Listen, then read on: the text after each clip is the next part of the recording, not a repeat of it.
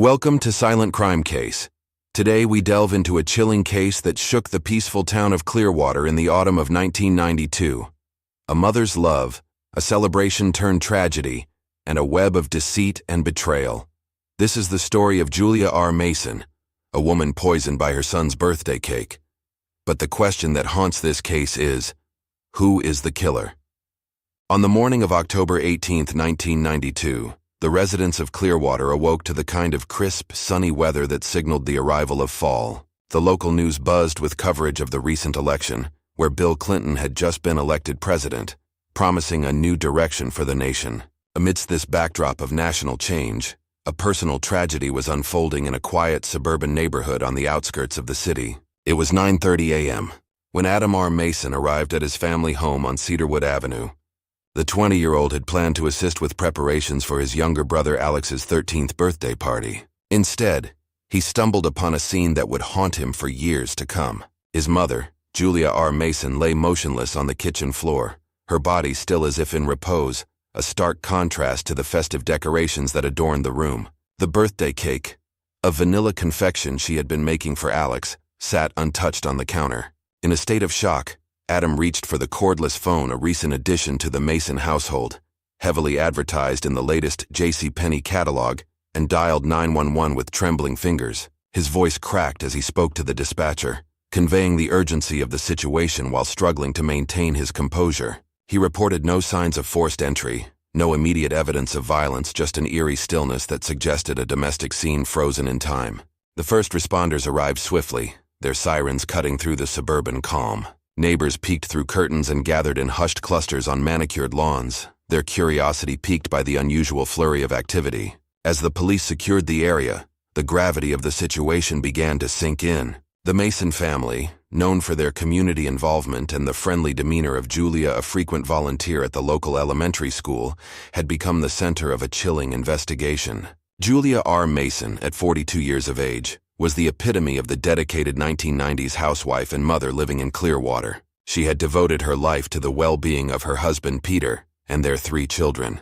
Although her own dreams of becoming a writer had been shelved in favor of supporting her family, she found joy in the simplicity of her domestic life. Her home on Cedarwood Avenue was often the hub of neighborhood gatherings, and her presence was a staple at PTA meetings for the local elementary school. A graduate of Clearwater High School, Julia had married young and put her aspirations on hold. She was known for her nurturing spirit, her involvement in organizing school fundraisers, and her passion for creating elaborate birthday parties for her children. As a mother, she was both gentle and firm, instilling in her children the values of education and community service. In the days before her untimely death, Julia had been seen in high spirits, picking up party supplies from the nearby Albertsons where her husband managed. She had chatted amiably with cashiers, her shopping cart filled with the latest Mattel toys and Duncan Hines cake mixes, the latter a testament to the upcoming birthday celebration. Friends reported that she had been excitedly discussing plans to enroll in writing classes at the Clearwater Community College, hinting at a desire to revisit her long-dormant passion for storytelling. Her dreams, however, would remain unfulfilled. The Mason family, once a portrait of suburban contentment, now found themselves at the heart of a dark mystery. As the community grappled with the news, the local Clearwater Gazette would soon carry headlines not of Julia's community achievements, but of the tragic circumstances of her death, leaving readers to question how such a fate could befall someone so seemingly content and loved. The quiet of Cedarwood Avenue was pierced by the wail of sirens as Clearwater police officers descended upon the Mason residence. The time was approximately 10 a.m. on that fateful October morning. Detective Oliver Grant, a veteran with a sharp instinct honed through years on the force, and his partner, Detective Sarah Blake, known for her meticulous attention to detail, were first to enter the home. The Mason kitchen, typically a haven of warmth and family gatherings, had transformed into a sterile crime scene. The body of Julia R. Mason was found adjacent to the kitchen island, her final moments seemingly peaceful, devoid of any signs of a struggle. The birthday cake, which she had lovingly prepared for her son, now stood as a silent witness to her demise. The detectives moved methodically, cordoning off the area with yellow police tape, a stark contrast to the pastel birthday decorations that fluttered in the breeze of the ceiling fan. They took note of the serene weather outside, a mocking reminder of the storm that had just entered their professional lives. Forensic technicians in white coveralls dusted for fingerprints and gathered samples, while the faint sounds of Pearl Jam's Jeremy played from a radio left on in the living room, the lyrics an unintentional soundtrack to the unfolding investigation. The police photographers documented every angle, capturing the scene in a series of Polaroids that would later be scrutinized for any clue. Initial observations suggested poisoning as the cause of death, a method that left no visible trace on the victim. The lack of blood or disarray suggested a killer who was calculated and familiar with the home. The crime scene was a puzzle, each piece meticulously collected and labeled.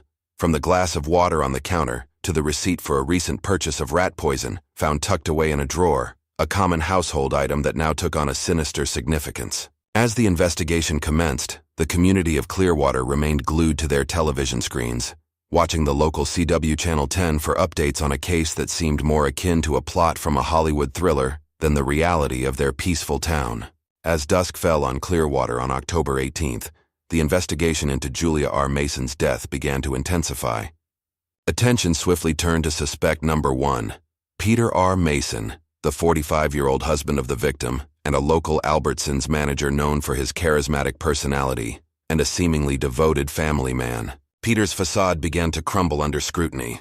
Detectives Grant and Blake brought Peter in for questioning, seeking to understand the man behind the public persona. He was a product of his time, a man who prided himself on his managerial role at one of the most popular supermarket chains in the Southeast, a position he'd secured not long after the company's expansion and rebranding efforts in the early 90s. Yet beneath the surface, Peter harbored secrets that were incongruent with the family values he publicly espoused. In the interrogation room, the air was thick with tension. Peter, wearing a polo shirt and slacks, the casual Friday attire still from his workday, presented a stark contrast to the sterile environment. He sat rigidly, his hands clasped tightly in his lap as the detectives probed into his personal life. The recent revelation of his affair with a younger woman known to frequent the popular local club, the Blue Moon Lounge, had shattered the image of marital bliss he had worked hard to maintain. His dreams, once centered around a carefree life and the avoidance of scandal, were now at risk of being exposed. When questioned about his whereabouts at the time of his wife's death, Peter's responses were a blend of defensiveness and calculated calm. His voice wavered when confronted with evidence of his infidelity, and his eyes darted around the room, avoiding direct contact with the detectives. Despite his attempts to project innocence, the interrogation revealed cracks in Peter's demeanor. The police noted his every inconsistency and evasion, aware that the man before them could very well be responsible for a crime that had turned a birthday celebration into a day of mourning. As the investigation unfolded, the Clearwater Police Department turned its focus to suspect number 2, Melissa Stevens, known by her stage name, Ruby Red. At just 23 years old, Melissa was an exotic dancer at the Blue Moon Lounge, a neon-lit establishment that stood in stark contrast to the family-oriented image of the local Albertsons managed by Peter R. Mason. Her involvement with Peter, despite his marital status, had quickly elevated her from a background player to a key figure in the case. Melissa, with aspirations that reached far beyond the smoke-filled ambience of the club, had always dreamed of escaping the confines of her current life. She envisioned a future filled with stability and affluence, a stark departure from the glitter and stilettos that marked her nights. Yet her connection to Peter R. Mason placed her squarely in the middle of a murder investigation, her dreams momentarily eclipsed by the harsh glare of interrogation room lights. Ent's voiceover audio. Detectives Grant and Blake sat across from Melissa as she recounted her whereabouts on the day of Julia's death. The room was silent except for the hum of the aging air conditioner and the occasional shuffle of papers. Melissa, clad in a faded denim jacket, a stark reminder of the era's fashion, maintained a composed exterior.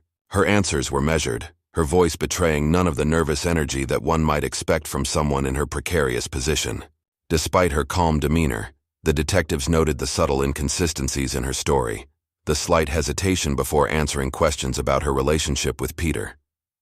Her motives remained unclear, but her proximity to the Mason family and her intimate involvement with the prime suspect placed her under a cloud of suspicion. As the interview concluded, the evening news on the small television in the corner of the station reported on the escalating tensions in the Balkans, a reminder of the global uncertainties of the time. Yet for the detectives, the most pressing uncertainty was much closer to home, lying in the heart of the seemingly idyllic Clearwater community. The investigation took a decisive turn on October 21, 1992.